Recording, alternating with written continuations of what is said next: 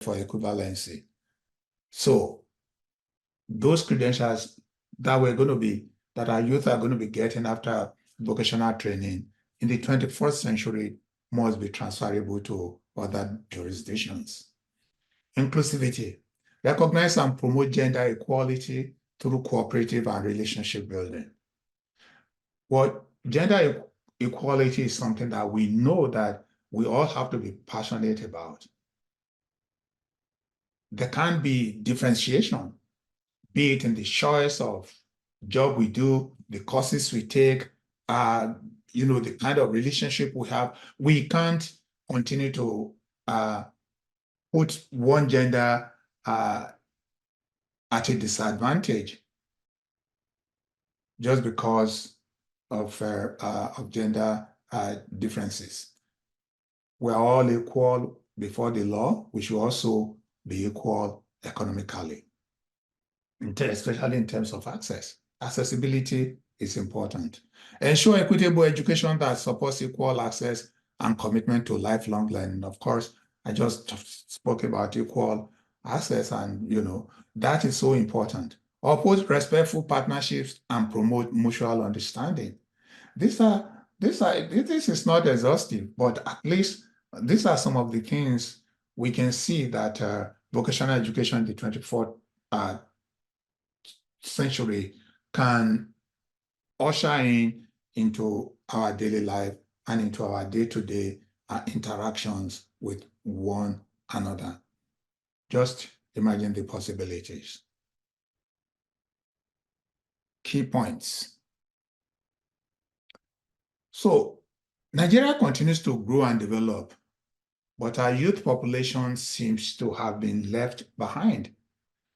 Nigeria is in a position to be exporting the skills and expertise of our youth to other countries.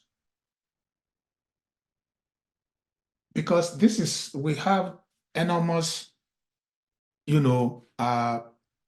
pool of youth in the country.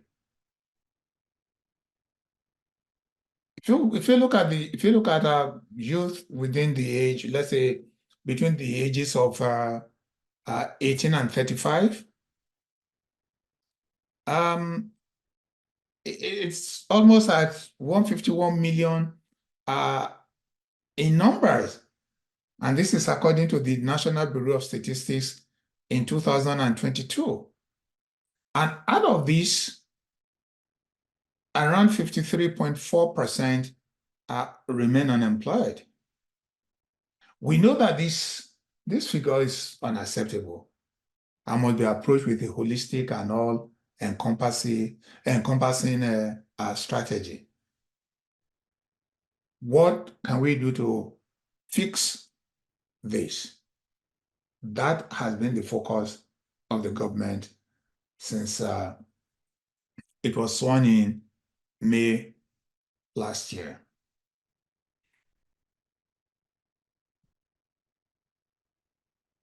So Nigeria continues to grow and develop.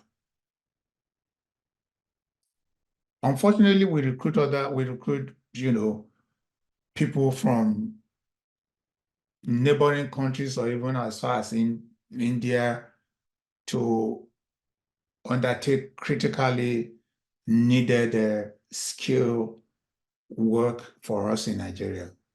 Some of them, we bring them in to work in our homes, to fix broken windows, to tile, to do the flooring, to tile, to even, put interlock. But nothing worries me more than the news that 11,000 skilled people were brought in from India to help build the Dangote refinery at one point.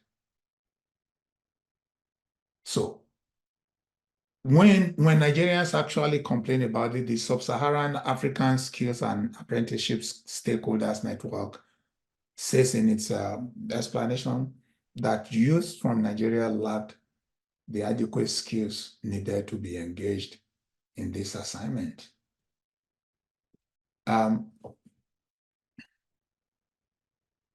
there's no way not to be disappointed with this. But of course, a new dawn has arrived and hope is in the making. Now, let me talk about the population of our youth. It's not a disadvantage. It's not a deficit. It's an advantage. When these many youths are gainfully employed, the economy of our country is bound to explode leaps and bounds. So 127 training and vocational schools in Nigeria, this was what I found myself. I realized that, they were all scattered across the country, but very few of them are functional. Because 127 to over 200 million people, that is nearly not enough. But at least if they are all well equipped, if the facilities are there, if the equipment and tools and machinery are functioning, if qualified instructors are there to mentor and teach and train students, maybe we can even be talking of some degree of mitigation to our youth and employment in the country. So consistent and higher quality curricula is essential to prepare a competitive and talented workforce. So we look at the challenges of technical and vocational education. I've put them into 3 categories here. It's not exhaustive, but then of course, for brevity, let's take a look at stigma, the facilities, the commitment. And stigma deals with the misunderstandings of the skilled trades that have led to a negative perception. That's what it means. The perception itself is what actually have contributed in so many ways to the stigma. For facilities, fundings and accessibility of training facilities vary. So we don't have a uniform approach. We were talking about that a while ago. If we do, we wouldn't be where we are today. How about commitment? The commitment stakeholder involvement has not been consistent. So these are the challenges ahead for as the government continue to navigate the pathways, the many alternatives and choices that we enable it to overcome these obstacles. So the stigma. Here are just 4 areas that I've identified that skilled trade or trade-based professions are not lucrative. It's a dirty work, unintelligible occupation, and that it produces limit or offers limited growth opportunity. These are all myths, not lucrative. This is even interesting. It's funny if if the topic is not a serious one will be laughing, because some of the most successful people I know in Canada and even in other parts of this world are people with skill. They are the contractors. They're the electricians. They are the plumbers. They are the auto service technicians. They are the tool and die makers. Not to put down people who work in the bank here. Yeah, they're in ties. They're well dressed, but in terms of income, most of them are nowhere close to what a competent and well qualified and gainfully employed or independently employed skilled person will be making in this country. Not even remotely close. Dirty work, What does that even mean? Yes, another service worker going in there and does his work, just as the surgeon in the hospital who has just performed a surgery. His hands are going to be, bloodied. Is that what you call it? Is that dirty, or is it because he's a doctor? Your profession is who you are. You dress to your profession. And so, as a welder, I put on my coverall. I put on my helmet to protect myself. I wear steel-toe boots. Those are specialized dresses for my profession.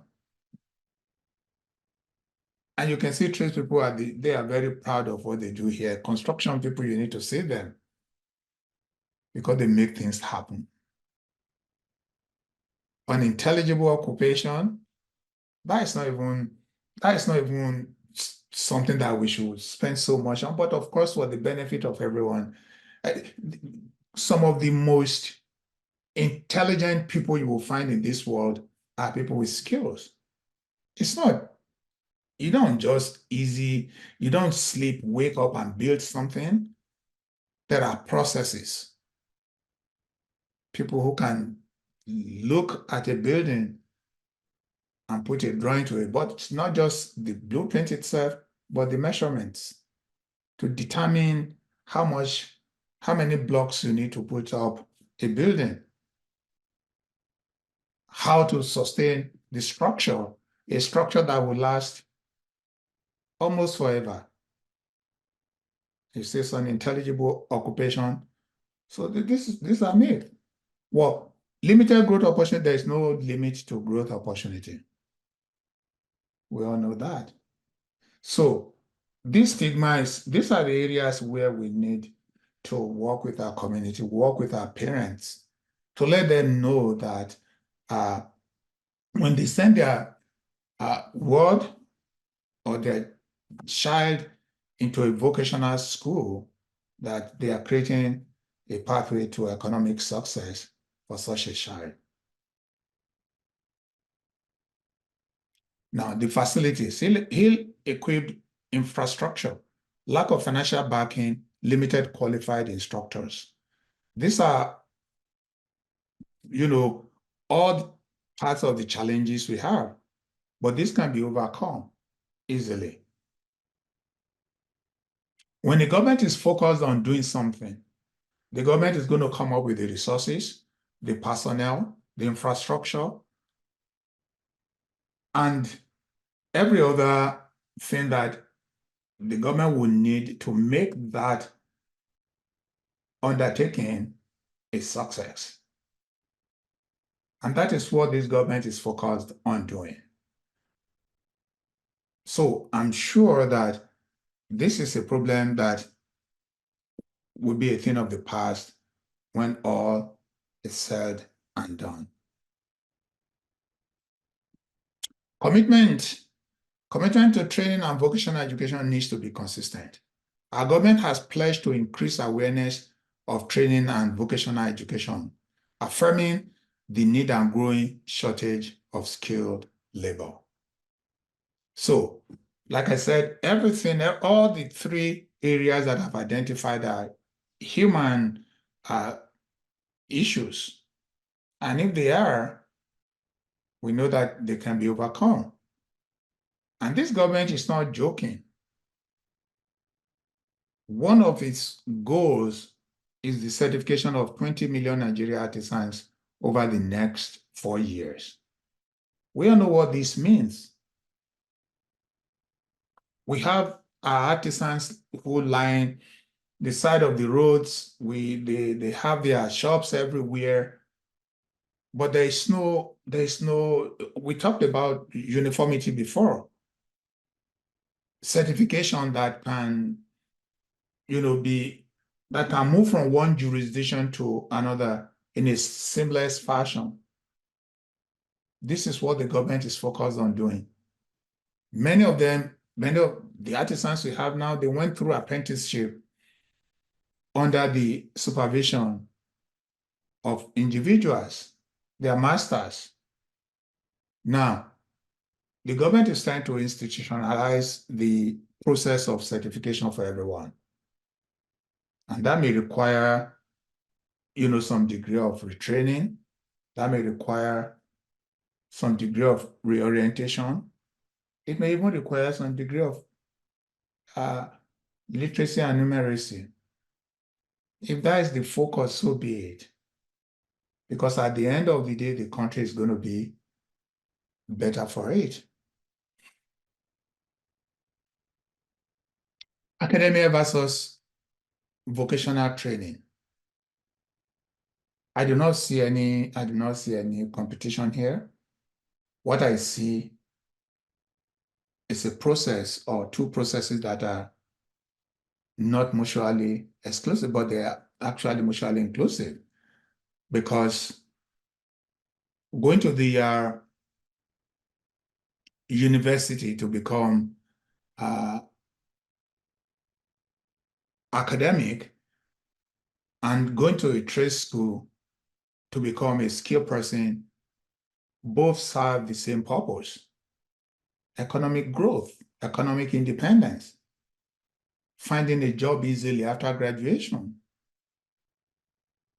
However, the world is changing. The world of education is changing in this century. The demand for skilled workers is rising. It's becoming a global problem. In Canada, it's becoming very, very difficult to find qualified, skilled people.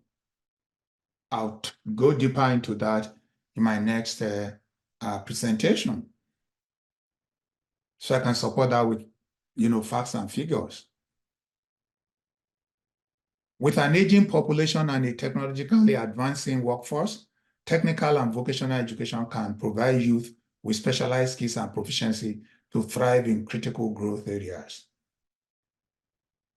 But like I said, there's a reorientation of needs globally.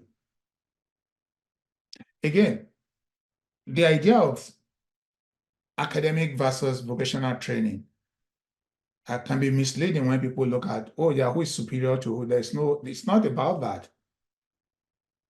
If you take a country like Germany, Switzerland, Denmark, Finland, you look at these countries and you consider how low the youth unemployment rate is in each of these countries. And then you study their educational system and realize that, well, they have a dual educational system where somebody on the academic stream can also be taking vocational classes simultaneously. And so it wouldn't be a surprise in a country like Germany that a medical doctor is also an expert in fixing his own car and that of his friends. This is the relationship. This is the kind of relationship between the two streams. And we need to harness those. Let's create a two-tier or a dual system of education where, even students who are in vocational stream in Nigeria, in the academic stream in Nigeria can, during the summer break, go into the industry, to undertake some apprenticeship training. It would be a great idea. And that would be one of the ways to demystify the idea that one area of education is better than the other. Compelling facts. You can raise and support a family comfortably working in the trades. That's a fact. Skilled trades train people to be qualified, competent, and efficient in the service they offer. Absolutely. A trades education blends academic and technical abilities, just like I was saying in the previous slide. We cannot, overlook the fact that vocational education plays a formidable economic role in family unit, within the family unit. And when people are qualified, competent, and efficient in the service they offer, everyone benefits from it. And that's what you find in a country such as Canada. I'm using Canada as an example because I've been here for over 30 years. If an electrician comes to your home to fix some electrical fault or an appliance for you, you can be sure that he or she has undergone very, very rigorous certification process. And when they come to your house, the first thing they do is they show their license that allows them to practice. And that license is always at stake. If they come to your place and you file a complaint against them, and after investigation, they realize that whatever problem that took place in your house was as a result of incompetency, then that person is gone. The license, and if they withdraw a license, you know what that means. For somebody who's making probably maybe $200,000, $150,000 in a year now, to go down to not making anything at all, going on social assistance, that in itself will be devastating. Therefore, you've gone through a rigorous process to be licensed. You know you're going to do your best to keep your license. And it is the same thing in all areas of skills. It's the same thing. So construction workers, even heavy machine operators, people who assemble scaffolds, where they're building these structures, like 50-story building, people are going to climb those scaffolds all the way up. They must be able to, sustain the weight of the workers. So in all areas of the skilled trade, yes, there are challenges, because one of the greatest challenge here is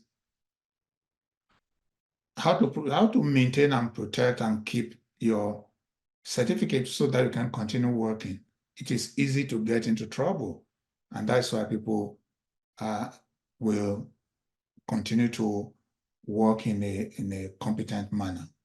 And this is one of the things that we should be looking at in Nigeria. I think that's one of the things that is being looked at. It is not enough that somebody fixes your car. It must be well fixed.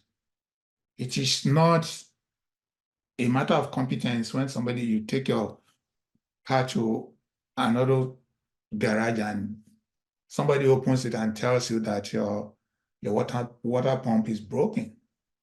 How do they know? So what are the diagnostics processes? So these are compelling facts about trades. When we have vocational trades that is really, really working in our country, these are the compelling facts. These are the things. These are some of the qualities that they must engender.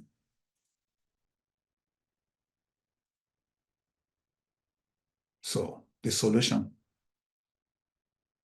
the demand and the questions are what drive the solution. We must question where we go from here. What is the roadmap? What is the future? So the government is doing everything possible to ensure that there's a roadmap for us to actually put Nigeria on a firm trajectory to greatness. And this has commenced with the announcement of the government in the area of certification of artisans, the creation of opportunities for young entrepreneurs, and generally the training, the opportunity for students who want to go into the trade school to have access to student loans. So this is a roadmap that will ensure economic independence for individuals and their families. It will engender gender equality and social justice in our public space. Employment, if we look at it, is a democratic process, bordering on equitable distribution of resources and even wealth. It promotes peaceful relationship between citizens and their government. So this is a roadmap that leads to a better future for Nigeria.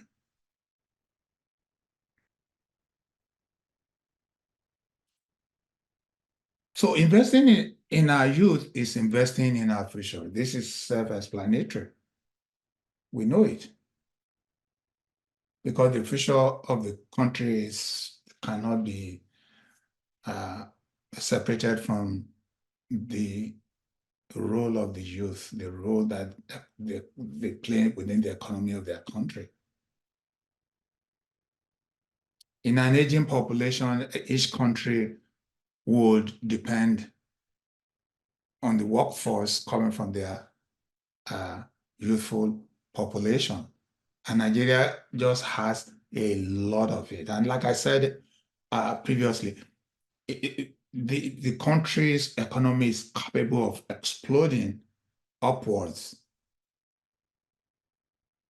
if majority of our youths are gainfully employed. Skill training and vocational education is a priority to serving our youth and our country. Finally, this is an introduction to the subject of technical, vocational, and entrepreneurship education. In subsequent presentations, I will dig deeper into the role of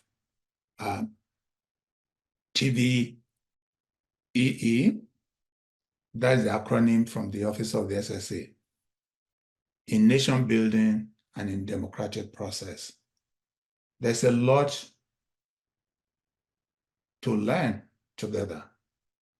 It's a conversation that we should be having routinely, but we should also bring facts out. We should do comparative analysis of the process. Nigeria is not a country, existing in isolation. So we can take, we've seen our president, he's been to a few countries. It's not junketing for the fun of it. He's been traveling to see, to tap into what others have that we don't. The benefit that he can bring to bear upon his leadership of our beautiful country. So let me close by once again applauding the role of the SSA to the President on technical, vocational, and entrepreneurship education. She has done such a great job with our team, reaching out to stakeholders and creating great opportunities for public engagement. So let me assure you that you are not alone in this quest. Nigerians are, and posterity are solidly behind you. Your footprint will be there for ages. Thank you.